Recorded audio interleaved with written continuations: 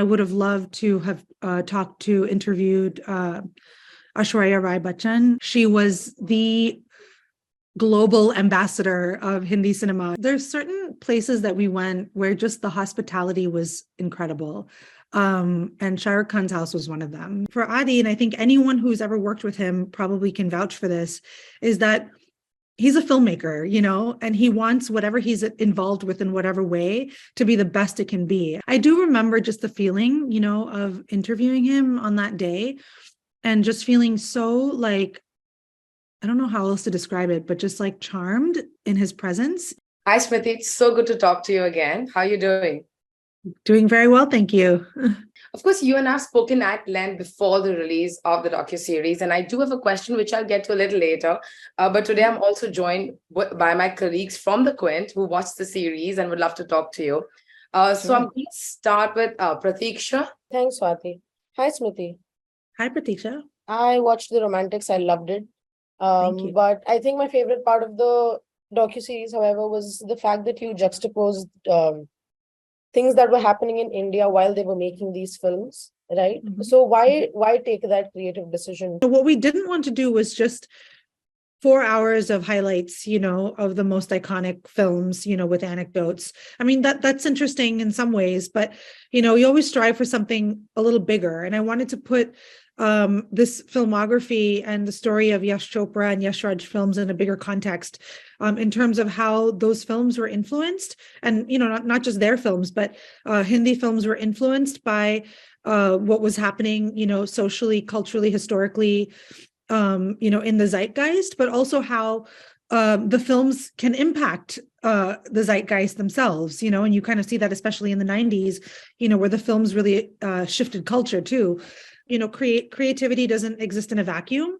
It's always a response to what's happening around you, whether it's an escape, from the reality around, or if it's in speaking truth to power, or some kind of cathartic response to what's happening in the world around you. And I saw that, as we started diving into the films and, really lining up the history, Yash Chopra's story and the history of the films, it became very clear early on how much they were impacted, and were speaking to the events that were happening at the time. I feel now I need to go back and watch these movies to understand, that was what was happening at that time, and I wasn't even aware of it.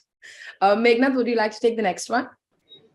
Yeah, I actually, throughout the time I watched the 4-part series, I kept thinking that this is a YRF production, and it's a documentary about YRF. So what were the steps that you took to ensure that this doesn't become like a hagiography? I found the most challenging conflict of depiction in the 3rd episode, The New Guard, right, where you're dealing with nepotism versus outsiders. Yeah. The arc of the episode is very interesting because you start with all these stars talking about how their uncles and aunts and parents are all part of Bollywood.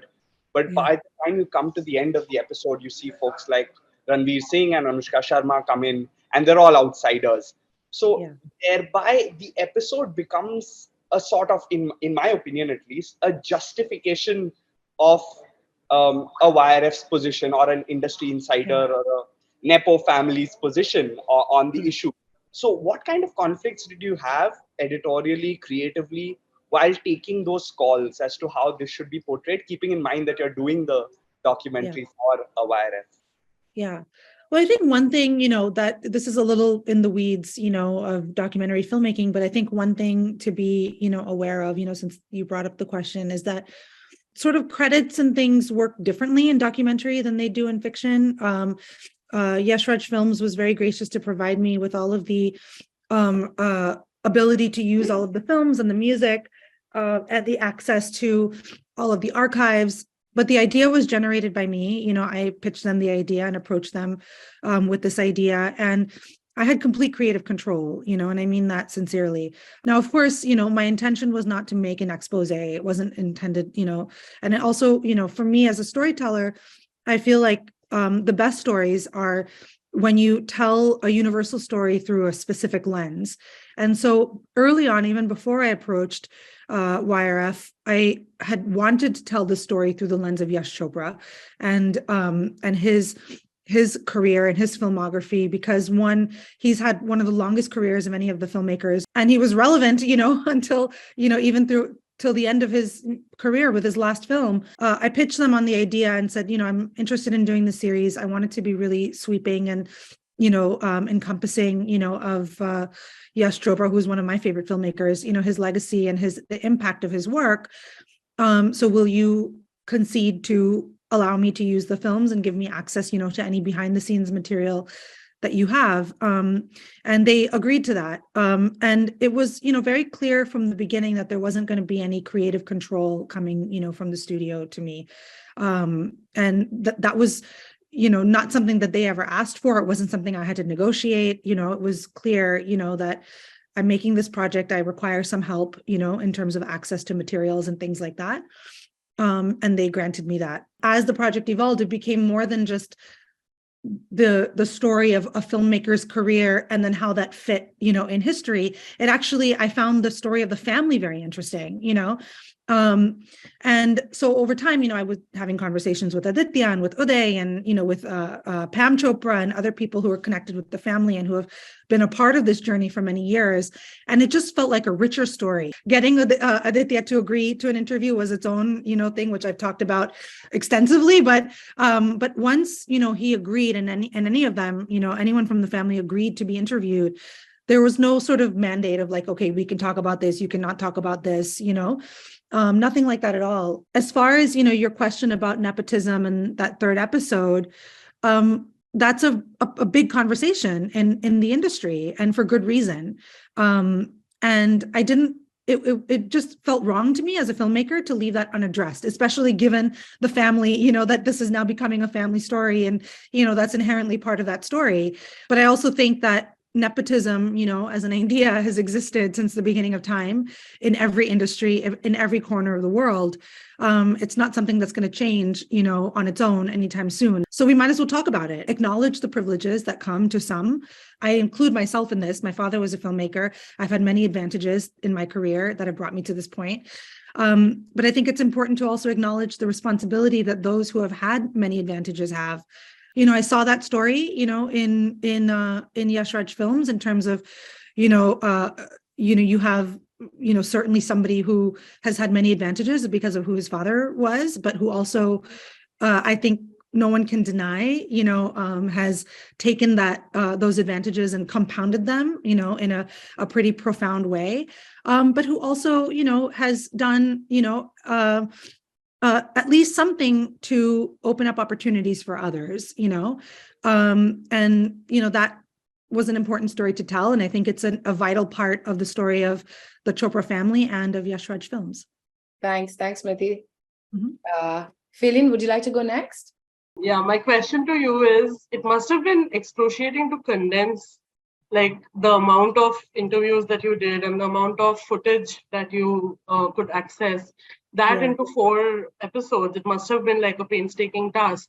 So what was the hardest what sort of insight or anecdote or nugget of information was the hardest to let go of at the editor's table? There are many things. I'll say that there are many things, but to answer your question specifically, like one thing that comes to mind is I think I could have done, if not an entire episode, at least 20 minutes on Diwar, the impact, of that film and an analysis of that film. We had lots of insight from Salim Khan talking about, his intention in writing that script and the casting and everything. It was, there could have been a whole episode on Diwar, and, I would have loved to spend more time on that. My question is actually an extension of the same. So I wanted to ask you if there was any one person or like a group of people you feel that you should have and could have interviewed but couldn't. I would have loved to have interviewed Aishwarya Rai Bachchan. I think in the 90s especially, I just remember she was the global ambassador of Hindi cinema, around the world, appearing on all these American talk shows and all over the world, and so many more. I would have loved to have done a deep dive on Veer Zara, a beloved film, Dil To Pagal Hai, groundbreaking film, but alas, four episodes, 1 hour each. So tough choices had to be made. Smriti, while we're on the topic of interviews and the people you spoke with, I would, or all of us would really love to know if you could share with us maybe an incident that happened at Shah Rukh Khan's house while you all were filming. I think, there's certain places that we went where just the hospitality was incredible. And Shah Rukh Khan's house was one of them. When he came for the interview, when he walked in the room, he knew the name of every single person on my crew, and he went and shook hands with every single person on the crew, which is, I don't even think something I could do. It's just, I think that's why, like, we just are all so in love with Shah Rukh Khan, is because there's just something about him, that you feel like he really cares, and he's very attentive. And when he's with you, you feel like he's only focused on you, and you have all the time in the world. And, he's just thrilled to be talking to you. And, that was really lovely. And I will also add that, the chili cheese toast at Karan Johar's house was the best I had. Okay. Varda, would you like to take the next one? In one of your interviews, you said that Aditya Chopra does not compromise on any project's creative integrity, and which is why he realized how important it was for his part to stay in the documentary. But I wanted to know, what was the breakthrough on your part that you think you did differently, what no one else could do for the past so many years? I think the one thing that I did, which in hindsight was like pretty risky. Yashji was not accessible to me. Obviously, he's no longer with us. So it's not like I could talk to him. So I was having all these conversations with Adi about, his father, and about his, like his perspective and his journey of growing up and kind of learning about, his father's craft, and then, kind of becoming a filmmaker in his own right. And I said, look, you're telling me amazing stories. These are really, really interesting insights. Let's just record it, and at least you have it for your personal archives. You can put it in the vault, somewhere, and, you have it for your whatever, for your records. But I said, we should just record it. And I have my crew here, and, and I said, like, obviously I can't use it unless you give me permission. So if you don't give me permission, you don't give me permission, So he kind of, sort of agreed to that.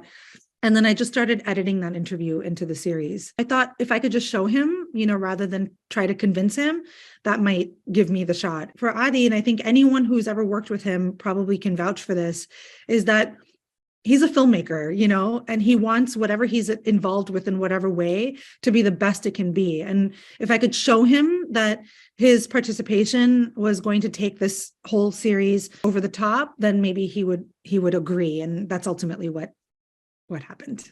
I don't know about the rest of it, but great job in this for sure. Yeah. Yash, would you like to take the next one? Hi, Smriti. One thing I'd noticed is you had put up a very interesting tweet a few days ago, which said Godard, Ozu, and Chopra. Do you think Yash Chopra has had similar kind of influence on world cinema as Godard and Ozu has had? Or are these your personal influences? A little of both. And honestly, I think he deserves to be a part of the global cinema canon, in the way some of the greats of other countries and other cultures are exalted. I think we should be studying, Yash Chopra's films and Vijay Anand's films and Guru Dutt's films. And, I went to film school, and besides maybe, Satyajit Ray, we never studied anyone, from Indian cinema or Hindi cinema. And, I wanted to make a statement, with that tweet to say that this is where we belong. Thanks. We have Chalak. Chalak, would you like to go? So my question was more like, so this was Rishi Kapoor's last interview. Was there something special that you remember from that interview? If you could share something from that.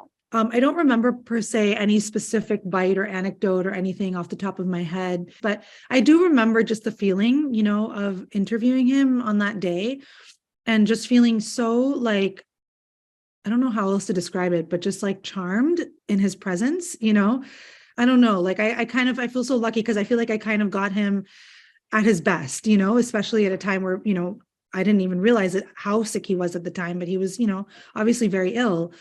But he was like in a good mood, and he was dressed really well. And I thought he looked great. And, he was like very chatty, and, also just very, poetic in terms of, his reminiscing. And I don't know, like in hindsight, maybe you could say that, maybe he was thinking about his own mortality and he was reminiscing and reflecting on his career. Maybe not, I don't know, what was inside his head on that day, but something felt special, about that interview. Yeah, I remember when watching the docu-series, I kept thinking some of the best lines, and they were so lighthearted, but it meant so much, came from him. I understand what you're trying to say with that. Yeah. Last question for you. If you had to give us the top 3 Yash Raj films, which one would they be for you? If I'm going to say Yash Chopra specifically, I would say Diwar, Chandni, and Veer Zara. Thank you so much, Smriti, and thank you everybody for joining us. Thank you for your time, and good luck. Thank you.